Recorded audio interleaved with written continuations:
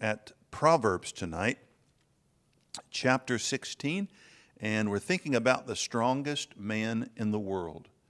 Proverbs chapter 16. I'm going to look at verse 32. And again, we're looking at the subject tonight, the strongest man in the world. This is the wisdom of Solomon, wisest man apart from our Lord, who ever walked the face of the earth. He was experienced in just about everything. In verse 32 of chapter 16 of the book of Proverbs, this I'm reading from the King James Version, he that is slow to anger is better than the mighty, and he that ruleth his spirit than he that taketh a city. Who is the strongest man in the world? Anybody know? Pay your money, take your choice. If you go online, you can find a lot of different possibilities, especially from those mighty men from the past. I'm thinking tonight primarily about a man named Alexander Zas. He's sometimes called the father of isometric exercise. And I've got a book written, I forget who the fellow is that wrote it, but it's very, very interesting. And in the back of the book, this particular writer actually has his exercises, which are quite something. But this is just a little bit about how he came to be known by many as the strongest man in the world. He was a circus performer. He was born in Russia. And he was quite an interesting fellow, even though he didn't live very long. Sadly, he died at the age of 74. And I find this extremely interesting, especially in the light of what he was able to accomplish in terms of feats of strength. He toured as Samson, or the mighty Samson, but his name was Alexander Zas. Now, he was only 5'6" tall and weighed only 176 pounds. And yet, he did some absolutely remarkable things. And if you Google him, you can find actual, real, short videos that were taken, films that were taken, made into video. You can watch him bend iron and so on. Quite interesting. Here's a couple of the things that earned him that moniker, the strongest man in the world. There's actually, you can see a photo of this online. He carried his wounded horse, injured horse, during wartime. And you can see a photo of him coming out of the water with the horse over his shoulders. So and depending on the horse, the average weight of a horse is about 1,000 pounds. My old horse that passed away, Bill, was closer to 1,200 in his prime. My trick horse is about 1,000 pounds. So you can see that picture of him, if you can even imagine that. And again, he's not 6'5" or 7", 5'6" with the horse over his shoulders. Another thing that he did was carry 2 lions, 2 real live lions on his shoulders as part of his circus act. He also, in a stunning act, had a platform that he held overhead, and on the platform was a grand piano, the pianist, and a dancer aloft, and he was able to hold that weight. Another thing he did was suspend a piano from his teeth. How would you like to try that? Can you imagine the strain on your neck and on your upper body? He was actually able, he was on a platform, of course, and he was able to suspend, it just blows my mind, a piano from his teeth. This was one he did quite a bit, was bending an iron bar 5 inches long and 0.625 inches square into a U shape. You can watch him do that, again, on these videos that are available online. And another thing that he did was he had the power to pound a 5-inch spike through a 2-inch thick plank, with the palm of his hand. Not his fist, but the palm of his hand. And all of these things and more earned him the moniker, in some people's minds, of the strongest man in the world. Again, think about it, 5'6", 176 pounds, and sadly only lived to be 74 years old. If I remember it correctly, he broke out of jail, I think it was 4 times. And one of the things he did while he was in prison was use the bars for isometric exercise, and it worked. So who is the strongest man in the world? Was it the mighty Samson? Was it Samson, the circus performer, the man known as Alexander, by name as Alexander's ass, or someone else? That's what we're going to try to find out tonight. First of all, I want you to look with me at this concept of better that King Solomon talks about in Proverbs 16:32. This idea of better, and then we're going to look at the strongest man in the world from a little different standpoint. The idea of better here, the word better, means spiritually or naturally advantageous. It depends on how you're looking at things, but this concept of better is kind of a through line in the Bible, especially in what we call the poetry books, Psalms, Ecclesiastes, and our text tonight, Proverbs. Now, we're looking at just one, 16:32, but there are many others. What's wrong with natural strength and power, such as exhibited? It can decay. It can decline. As powerful as it is, it still changes. Whereas God's strength, particularly the strength of what we're going to look at tonight, of something called patience, will, number one, make us wise, whereas physical strength, not necessarily. Read that in Proverbs 14:29. Patience helps us avoid trouble, Proverbs 21:23. This is very important in interpersonal relationships. It calms strife from impatient people, chapter 15, verse 18, and often wins patience, remaining steady, not entering into conflict. Often it will win in life's fight despite appearing to be weak, Proverbs 25, verse 15. So here is a more now kind of wooden, literal translation of what we just read from the King James, Proverbs 16:32. Here it is. Better, that's that word better again, spiritually or naturally advantageous. Better, one who is long of nostrils, and who is ruling his spirit, than a mighty man. The word there is gebar, which means that a man of substance, a big shot, mighty man. Than a mighty man, one who is capturing a city. So what's Solomon on about there? It's talking about basically taking a breath, long of nostrils. In other words, you take a breath, you sigh, and what you're doing is choosing in the midst of difficulty, you're choosing to live from the inside rather than the outside. So you don't get hooked into that tit-for-tat business. He did me this way, so I'll do him back 5 times as much. This is the person that does not do that. Let's look again at this word better. It means good, pleasant, useful, or proper.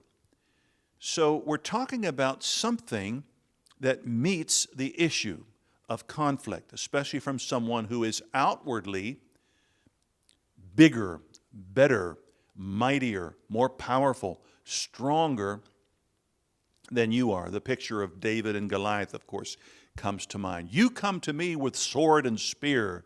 I come to you in the name of Yahweh. So did he use something? Yeah, he used stones. But I mean, give me a break. What is that compared to somebody of Goliath's stature with his armor? Yeah. So the word better here, good, pleasant, useful, proper. And let me give you a couple of more translations here of this verse we're looking at tonight, Proverbs 16, verse 32, as we try to find out who is the real strongest man in the world. A patient man is better than a mighty one. It doesn't make sense to the natural mind, does it? We tend to gravitate to and celebrate the man's man, the fellow that picks himself up by his own bootstraps. We tend to give those people accolades. But the wisest man who ever lived says, a patient man is better, more useful than a mighty one. Being slow to get angry is better than being a fighter. That's a nice translation of this. Better to be patient, I like this one, better to be patient than powerful. Two different lifestyles here. Better to win control over yourself than whole cities. We think about the usual phrase, especially nowadays, get all you can all you get on the can. He who dies with the most toys wins. We kind of, the natural man celebrates that kind of stuff. But King Solomon, who had all that stuff, one minister did a little study of it, and I think he tried to bring it into modern day terms. And he spent about $500 million in our money on the first temple, the Temple of Solomon. Yeah, before the current administration. And he spent over $1 billion on his own house. Can you imagine? Twice as much on his own house than he did God's house. But just saying this is what he had at his disposal, and yet this is the person that's writing these words. So it's not like someone who's on the outside looking in at the successful and it's not really all it's cracked up to be, sour grapes type thing. Not at all. The man who wrote this already had what he's talking about, and he still comes away from it all saying, you know what? It's what's inside that counts. Wisdom is the principal thing. It's better to be long of nostrils, to take deep breaths and to pace yourself than to capture a whole city, and he had done both. So we have to keep that in mind. I looked this up in the 70, the Greek version that was used by the early church, and that one reads like this: a man slow to anger is better than a strong one. And once again, the Hebrew version of that word strong is gebor, which means a powerful person. And one who rules over his anger, it says, the Greek version, one who rules over his anger is better than one who captures a city. So we're really thinking about natural strength versus spiritual strength.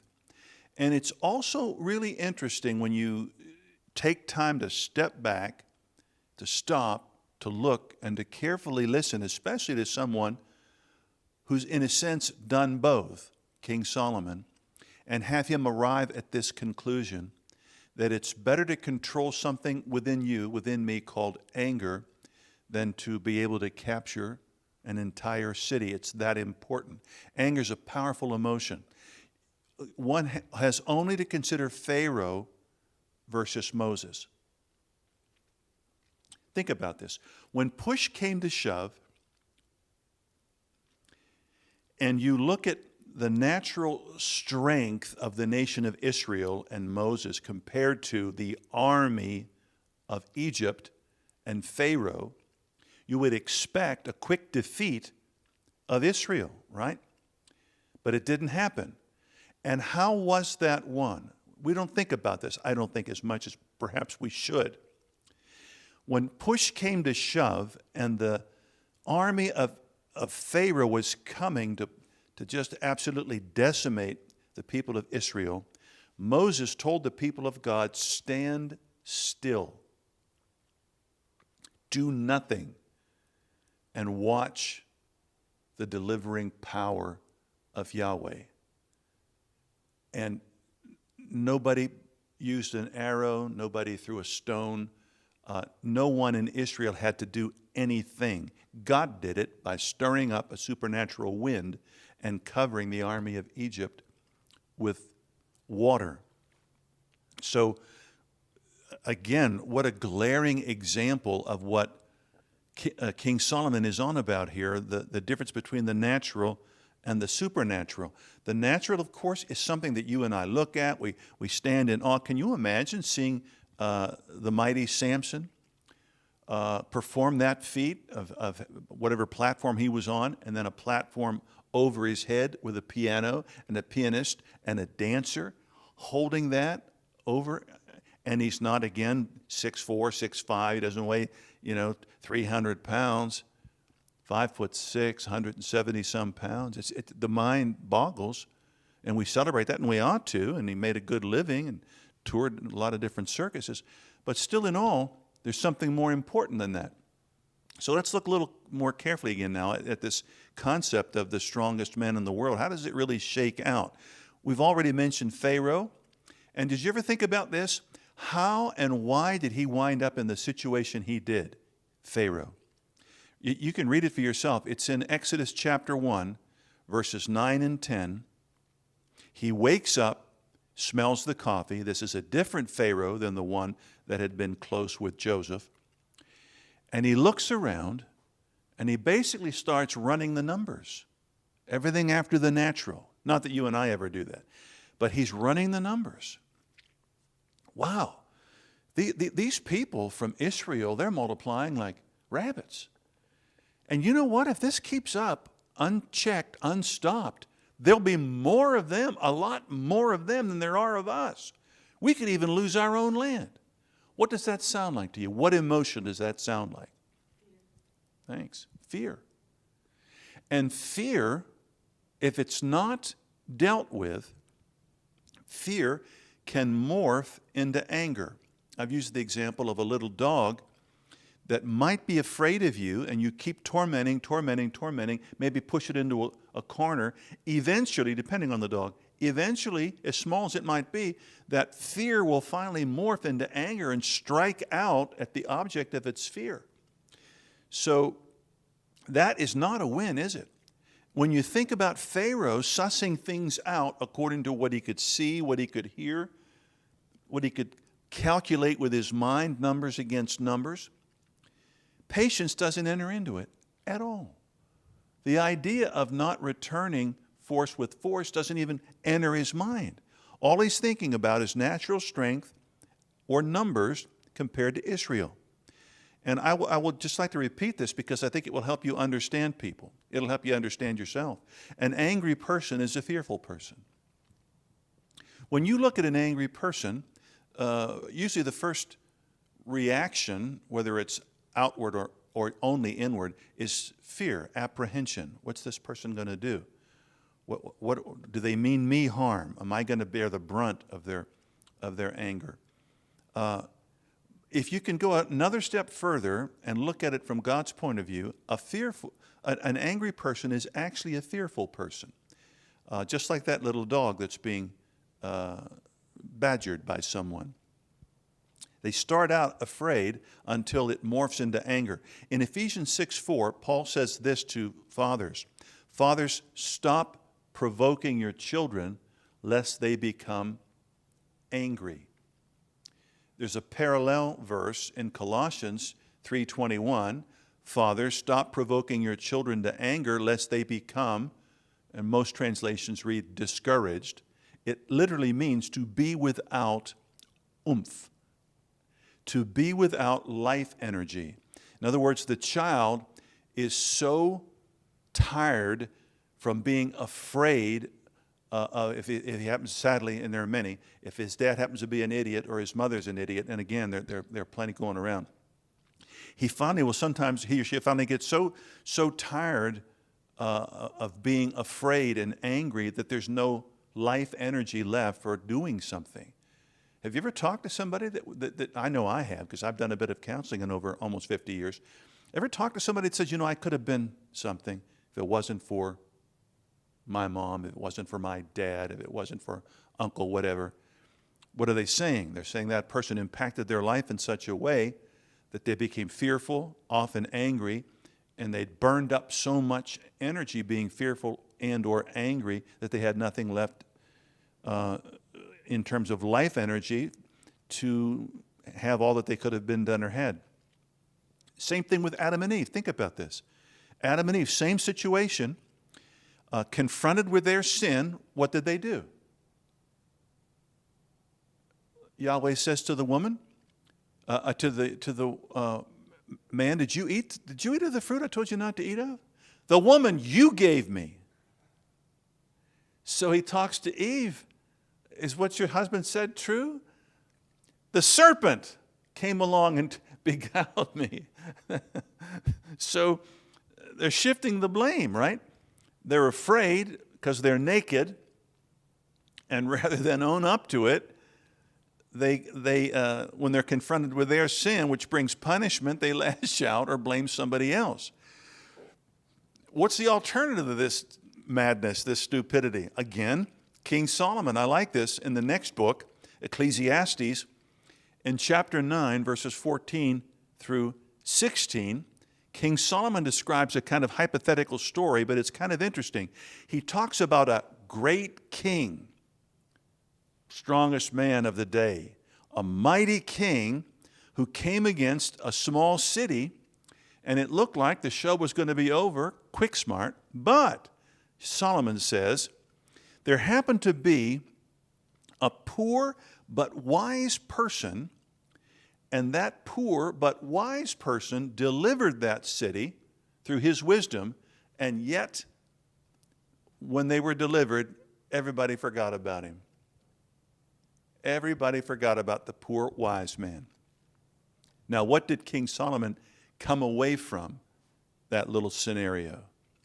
Wow, here's the strongest man of the day going to take this little city to be his own, and yet a poor, insignificant, not strong, not mighty, poor person, but wise in the things of God, somehow, it doesn't say how, somehow or another, thwarts that battle without probably even a fight, and then they're forgotten. But he still came away with a lesson, Solomon did, and here's what he said.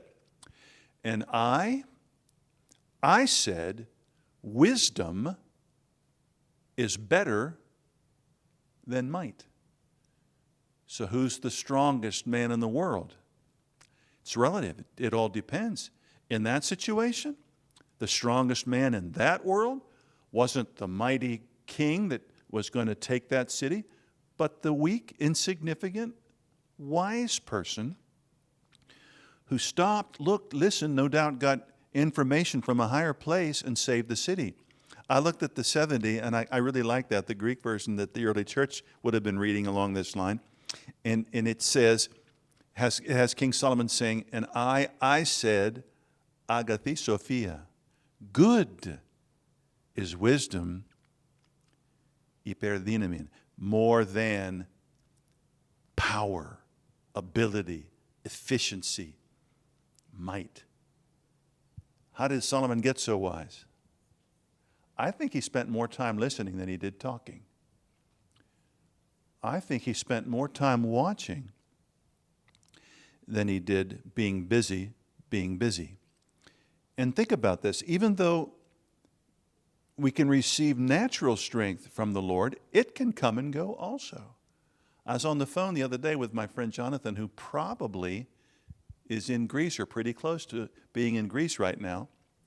And he's got all these different things going all at once. He's going to do 2 or 3 different ministries in Greece while he's there. I'll be there a little over a month. He's going to be doing all kinds of ministry. He was just approved to be a chaplain for the political group, political people there in California. I forget what particular section. So it's going to be another sort of hat he'll wear, plus still pastoring the church and still doing other things. I got to tell you, I was in my office on the phone with him, and he's giving me this litany of stuff he's involved in, and I got tired. I almost had a panic attack listening to him. I thought, wow, brother, better you than me. And I'm only about 10 years his senior, but still, I thought, wow. And then I thought back to what I had done, and guess what I discovered? I was younger then. Barb and I did not celebrate 47 years of marriage when we were doing a lot of different things. We just did that yesterday, by the way. Praise the Lord for that. Give God the glory for 47 years. We still have all of our teeth and everything, Don't pull our hair out and stuff, or hers. But think about this. Our natural strength, even when it comes from God, will cause us to slow down. And obviously, you see this in the life and ministry of Samson. There's a human person that was made physically strong, kind of like Alexander's ass. Remember how he finished up when he pushed the pillars of that house and about 3,000 people died? So that was an isometric exercise, by the way. That's my favorite exercise. The real Simpson, yeah, right. Not Samson from the circus. Yeah, the real Samson, even in his own life, when he broke his Nazirite vow and had his hair cut off, he lost his strength. So even when it's given to you by God, it's not always eternal, right?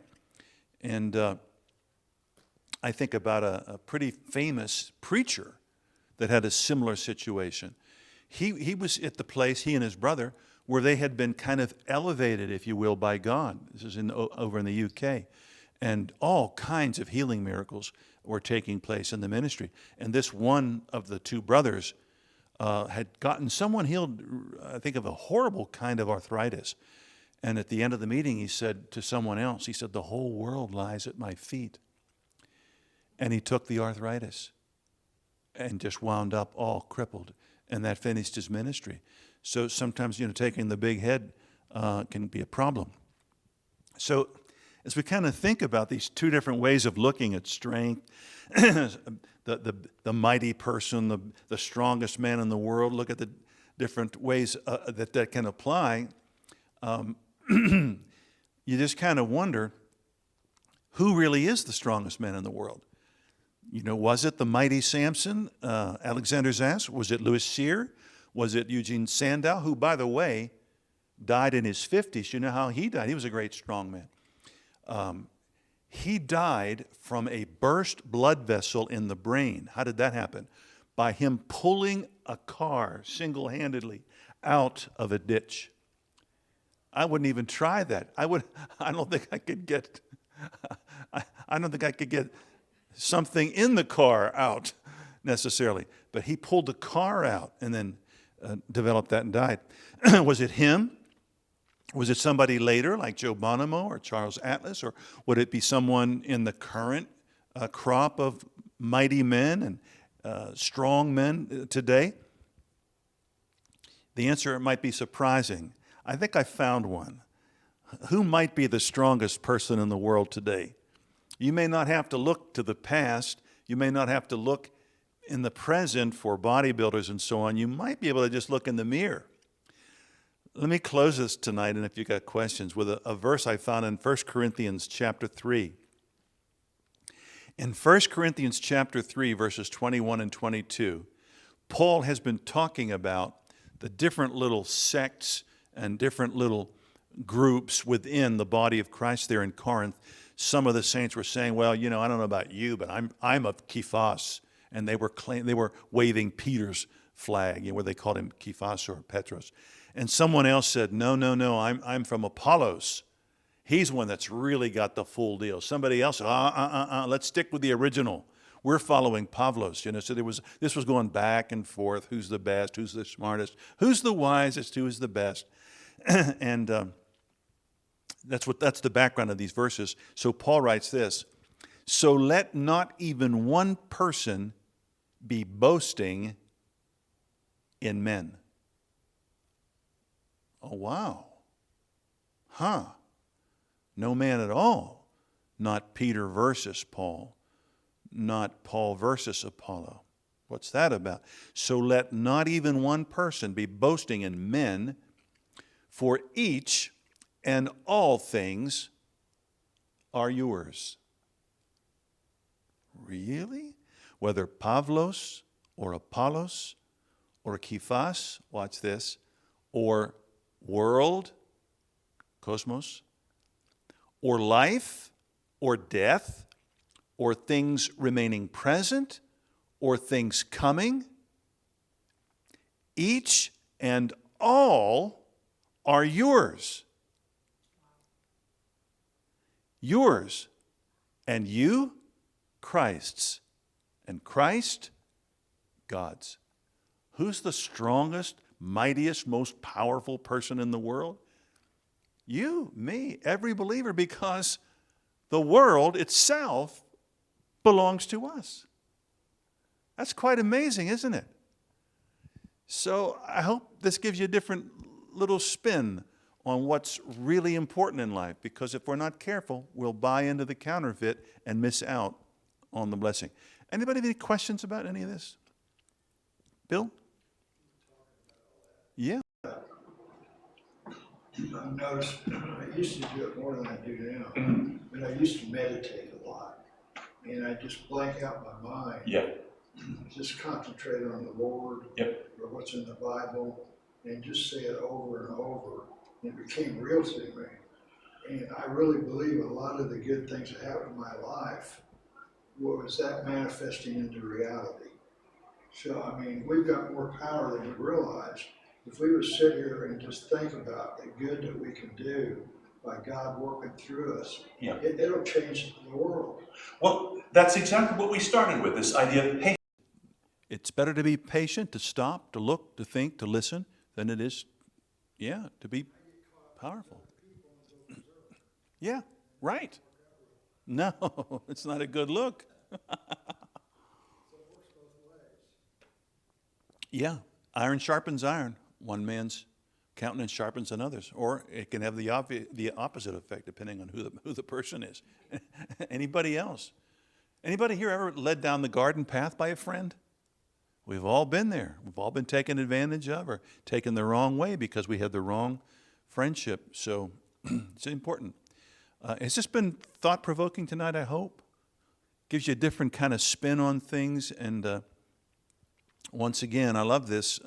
Better one, long of nostrils, and who is ruling his spirit, controlling his anger, than a mighty man who is capturing a city. So let's take some time to stop, look, and listen, and let the good Lord speak to us, and it might deliver us from a lot of trouble we wouldn't have ordinarily missed. We're going to come around the Lord's table. If you're giving tonight, we have baskets here and one in the foyer. Appreciate the help. Very, very odd situation. Sunday, I told Mark that I think it might have been a record broken Sunday. Because my memory is the lowest attendance we ever had on a Sunday was a Sunday night when we had Sunday night service. It was a Sunday night, bad snow and whatnot, and I think we had 7 people, including one elderly fellow that had a 4-wheel drive vehicle. He showed up, So we thought, I thought, good on you, mate. But I think there were 7, and we only had 6 Sunday because of a bunch of people being gone for different reasons. So it was a new record. But saying that to say the offering wasn't over the top either. So if you're giving, that's great. If you don't have any money, just pray for someone who does to make the difference. And we're going to come around the Lord's table.